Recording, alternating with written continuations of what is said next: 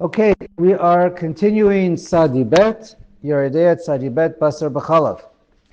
Now, I do want to point out that we learned until now that what happens, a quick review on milk splashing on meat. So, I would like to point out, we learned that if a piece of meat in the Shulchan Aruch, in the Gemara, we learned that there's a piece of meat that falls into a bowl of milk. So the Ramah is machmer, like the Rishonim who say, if it's cooked, you have to remove kedei klipa. So that's where we left off. That's what we said until now. The Shulchan Aruch says you rinse it off. The Ramah says you do kedei klipa if it's cooked. And that's how we left it for the Ashkenazim. Now, it comes out, the truth is, in the original sources, like the Ramah Rishonim, it doesn't discuss a few drops of milk splashing onto a piece of meat. Let's say on a fridge, you have some milk drips from the top shelf onto the bottom shelf. The case in the Gemara Shulchan Aruch is when the meat lands in the milk, but not when a little bit of milk splashes onto a piece of meat. So, if you were probably to ask I believe most rabbis, certainly there's only a few sources in the Achronim that discuss this. Whoever writes about it that I've seen says you also have to remove kedei klipa. That's what we said until now. However, interesting to point out that Rav Asher Weiss, which I heard through Rav Pessin, says if it's a few drops of milk and it lands on a piece of cooked meat, all you have to do is rinse it off. Because for a few drops of milk without the meat sitting in the milk, we don't assume, even according to the Ramah, that it absorbs. So comes out, according to Rav Asher Weiss, you have some drops of milk fall on a piece of cooked meat, then all you have to do is just rinse it off. And so I've heard as well from Rabbi David. And okay, so I guess it depends how you follow. So, okay. Leave that as a machloket achronim. Now, we're going to reread Seif Vav because I did not read it accurately yesterday. So here we go. Seif Vav. Okay, so until now, in Hey and Vav and Zayin, we're talking about you have hot, right? I just went back to cold for a minute. Now we're back to hot again. You have a hot pot of meat on the stove. It's cooking. It's hot. The whole pot. It could be cholent. It could be what's it called? Stew. It could be chicken soup. Whatever it is. So what's the case? If some milk splashed not inside the pot, we already did that in Seif Bet. Now the milk is splashing on the outside wall of the pot. Right? You're cooking it, and not too far on the counter, you're pouring some milk into your coffee, whatever it is, and it splatters and it hits the outside of the pot. Nahagu ha'olam le'esor. So the minhag is to say it's aser. What's aser? The entire tavshil, everything inside the pot. Okay, so let's keep reading. There's a caveat. So again, nagu olam le'asor. The whole tavshil and of course the kedera become aser. Kishenafla al dofan shelo keneged harotev. If the splash of milk is on the top half of the pot, in other words, keneged the empty side, not keneged, it's above the broth, it's above the liquid. So if it's above, we learned before, if it's below the broth, opposite the broth, so it depends. If it's not batel b'shishim, then everything's aser. If it is batel b'shishim, 60 times of the liquid and the food in the pot, if it's below the level of the line, we learned that if any milk touches the outside, if it's batel b'shishim, according to the Shulchan Aruch, it's 100% mutter. He says it's as if it lands inside the pot and it's batel b'shishim. We're going to see later on, in the end, the Ramah is going to be machmer on the kli. Not to use this kli again and even to spill it out right away. We're going to see that. Right now we're saying it's on the top half of the pot above the rotev, above the stew. So if it hits onto the tafshil above it, so we say, even though if it's batel b'shishim, we learned it's mutter. Just wait for it to cool off, and then you'll pour it out. That was seif hey. Okay, so then we said it's mutter. But here, even if it was batel b'shishim, the Shulchan Aruch writes, the minhag olam is to say the tafshil is aser, even in a case where it is batel b'shishim. V'dafka, there's a big caveat to that. So if you look at all the Shach has a list of caveats. But the general rule is once a milk splashes on the top half of the pot, the minhag is to say the entire top shell is aser, even if it's batel b'shishim, but you have to keep reading till the end. Let's keep reading the Shulchan Aruch first. V'dafka, there's a whole bunch of leniencies in the Shach. V'dafka k'shenofa be'otot tzad she'eno k'neged eish. Now, this chumrah of one drop of milk on the top of the pot is going to aser the pot and the tafshil, is even if it's batel b'shishim, because it's above the liquid. So we don't assume it automatically goes right through and mixes in. So it stays on top. It shrafes up the pot, and okay, but he says over here, let's say the outside. Now this we don't have in our stoves nowadays. I saw this also mentioned in a sefer Pischei Tshuva, right, of Avram Shraga. So he points out, it's pashut. Nowadays, our pots are generally, again, it depends on the situation, our pots and stoves, the pots are bigger than the burners. The flame stays under the pot. Yes, you could have a giant burner with a small pot. So then this halacha could apply. But as long as the pot's bigger than the flame, outside the pot, it's not going to be very hot. The case over here is also that the issue is, as soon as the drop hits the outside of the pot, if there's open fire right next to that pot, opposite the pot, then as soon as that drop hits the outside, we're assuming it's going to burn up, dry up, and disappear. And it's not going to have any power to go inside and treifin it up. Right? And our pots, since it covers the entire burner, you could put your hand right next to the pot, and it may not even be warm. That's how different it is. But then you said like about open heart, maybe That open. Type of situation of pots hanging, so you have the flame is connected. It depends on the metzias. Usually doesn't apply nowadays. Aval im nafal keneged ha'esh. If there is an open fire right next to the pot, I don't know, you have the other burner on by mistake, and then it's opposite, so then the fire does hit that drop. So then it's mutter sheha'esh sorfa umiyabsho. It burns it and dries it up. Okay. Haga, and if it burns it up as soon as it reaches the pot on the outside, for us it's not so common, but in this case, the azha kadera nami shari. Not only is the food okay, even the kadera is okay.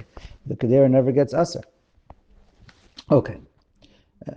Let's keep reading, and then we'll go back to all the kulas on this seif, on this minhag. Well, I'll just point out, it seems from kimat all the achronim that they uphold and follow this minhag olam. I'll just point out I found one achron, Aruch Shulchan, who writes that lo shamanu this minhag, and therefore, if it's batel b'shishim, anything above this line is going to be mutter. We're going to see in Zayin, Bishat Adchak, everyone agrees you don't have to follow this minhag. So, okay, let's keep reading. Now, the only time we say it burns it up on contact is when it's only one drop on the outside, keneged eish.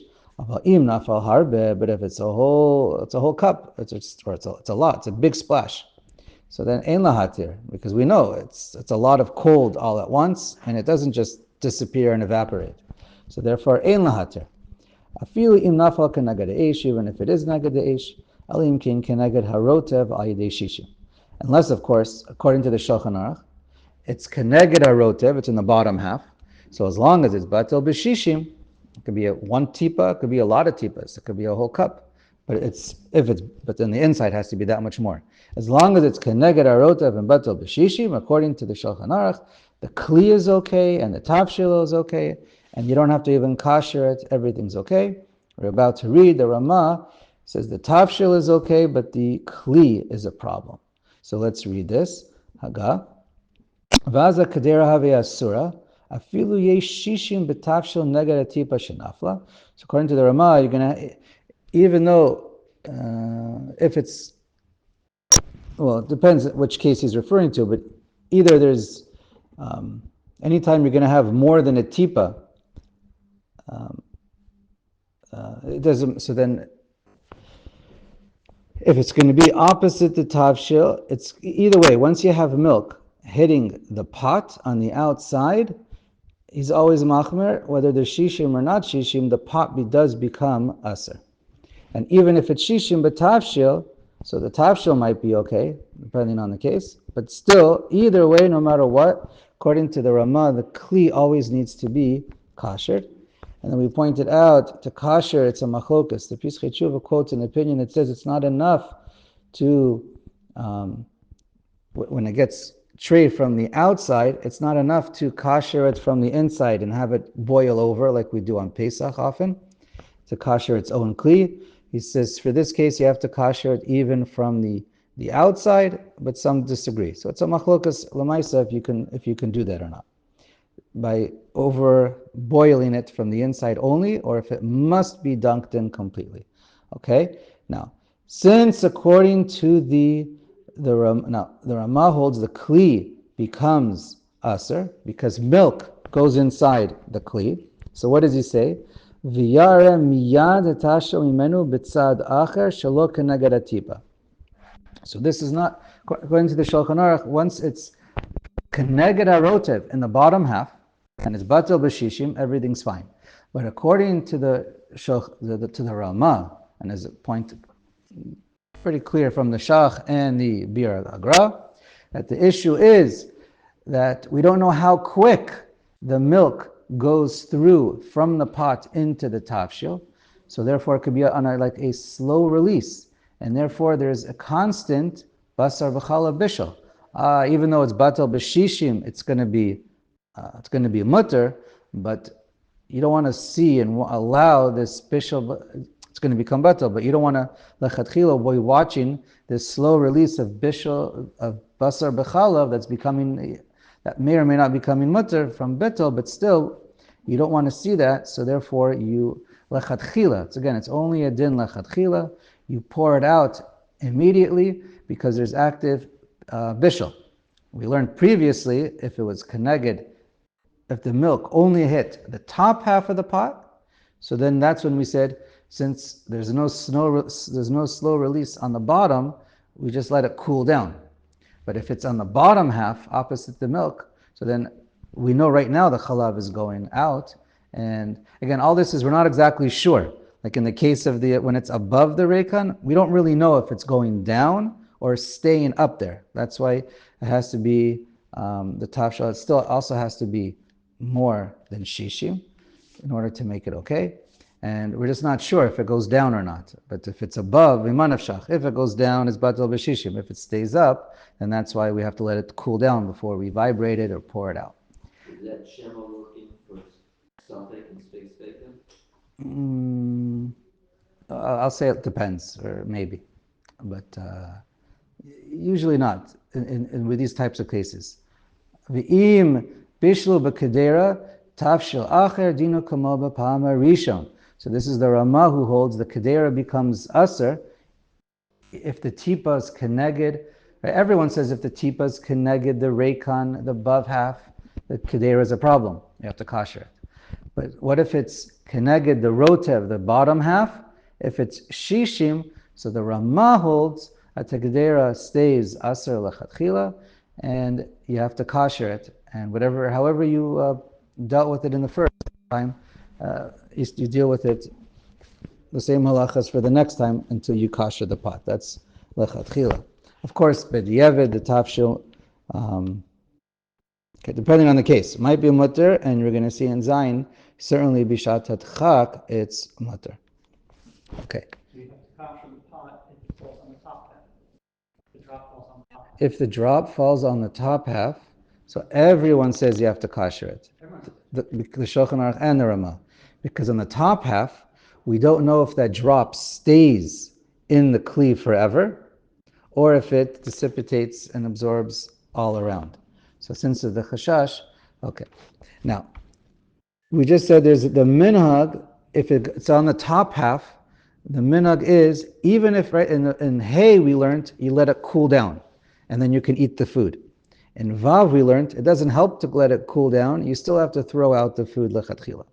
That's the minhag that's quoted in the Shulchan Aruch. But then, here's all the kulas. You look at the Shach and Taz. They point out that, and it doesn't help to let it, first of all, it doesn't help to let it cool down, right? You have to throw it out. That's the part that's the minhag, it's a chumrah. But that's the minhag. And just to clarify, obviously if the pot was cold or not yad tzoleted bo, obviously these are not issues. You can have a milk splash on the outside of your pot. If it's not yad tzoleted bo, it's never an issue. You just turned on your pot, it's still not hot yet, never an issue. Okay, the issues we're talking about is when, as we said, the pot is hot. Now, when is this minhag that it becomes aser? So they point out, even if it's batel b'shishim, it's still a problem. But the poskim say if it's shishim times shishim, or more technically 60 times almost 61. I don't know how you figure out the difference. So whatever, it's basically the same thing. 60 times 60, but technically 60 times 61. If it's that big, then there's not even a minhag that makes it aser. So usually you don't have this chumrah of this seif vav anyway.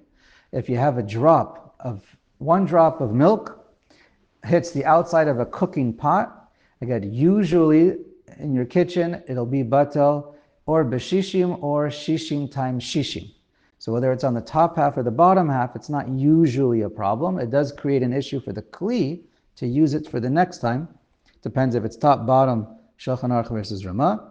But if it's, but lamaisa, usually the food's going to be okay, because it's usually going to be, unless you have like a big splash, a whole cup of glass of milk falls over and lands on it, so on the whole side of the pot. So okay, so then it might not be batel, but otherwise usually it's going to be okay. Now, the only time we have this chumrah is only if it's in the lashon of the poskim, it's yeshana. It was used already with hot. It was used previously with hot cooked meat. It's a fleshik pot from before. If now it's the first time, then then we say v'manavshach, either the top half of the kli is parav, because it was never used before. And if you're telling me that the meat rises on the walls of the pot, so too the milk goes down to the bottom. So the only time it's a problem is if it was used previously with a previous stew within 24 hours. So in our personal kitchens, it's not so common, but it can. There was food in that area. No, because then maybe it goes up. We have to assume that maybe it goes up. Anyways, the only time that it applies is if it was used within 24 hours for another pot of stew. So depends how busy you are in your kitchen, how likely that is to use the same pot for two stews in 24 hours. So it depends.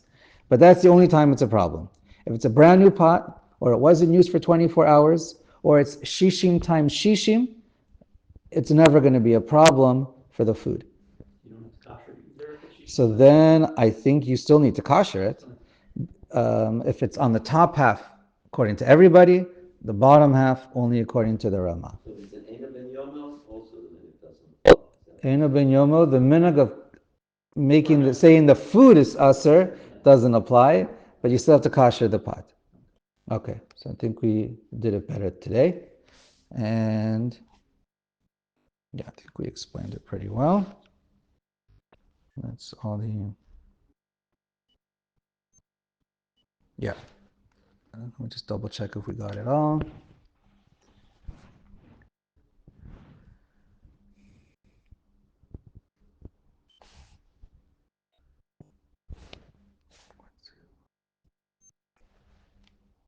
Okay, so let's go on. Yeah, we explained everything. Good. Okay, let's go to Zayin, because Zayin is really important to understand. Vav, we kept saying all the kulas. Well, this is the biggest one. Zayin. Yesh misha matir bishatatcha kegon be'erev Shabbos afilu shelo keneged harotev afilu shelo keneged ha'esh al yedei shishim. So this is important. Let's say anytime bishatatcha. It could be erev Shabbos. It could be other times. It could be erev Shabbos even if you're rich, as they say in Asher. The Shach points out others cases. There's other places in Shulchan Aruch where we see bishat adchak. It could be you're cooking for orchim, and this is your only food. Hefsin meruba, or you're poor. Any one of these cases applies to the heter of zayin. You could be meko. Let's say that's all you have for dinner, and your kids and your husband or your wife is, it depends who's cooking. Your spouse is coming home, and this is all you have.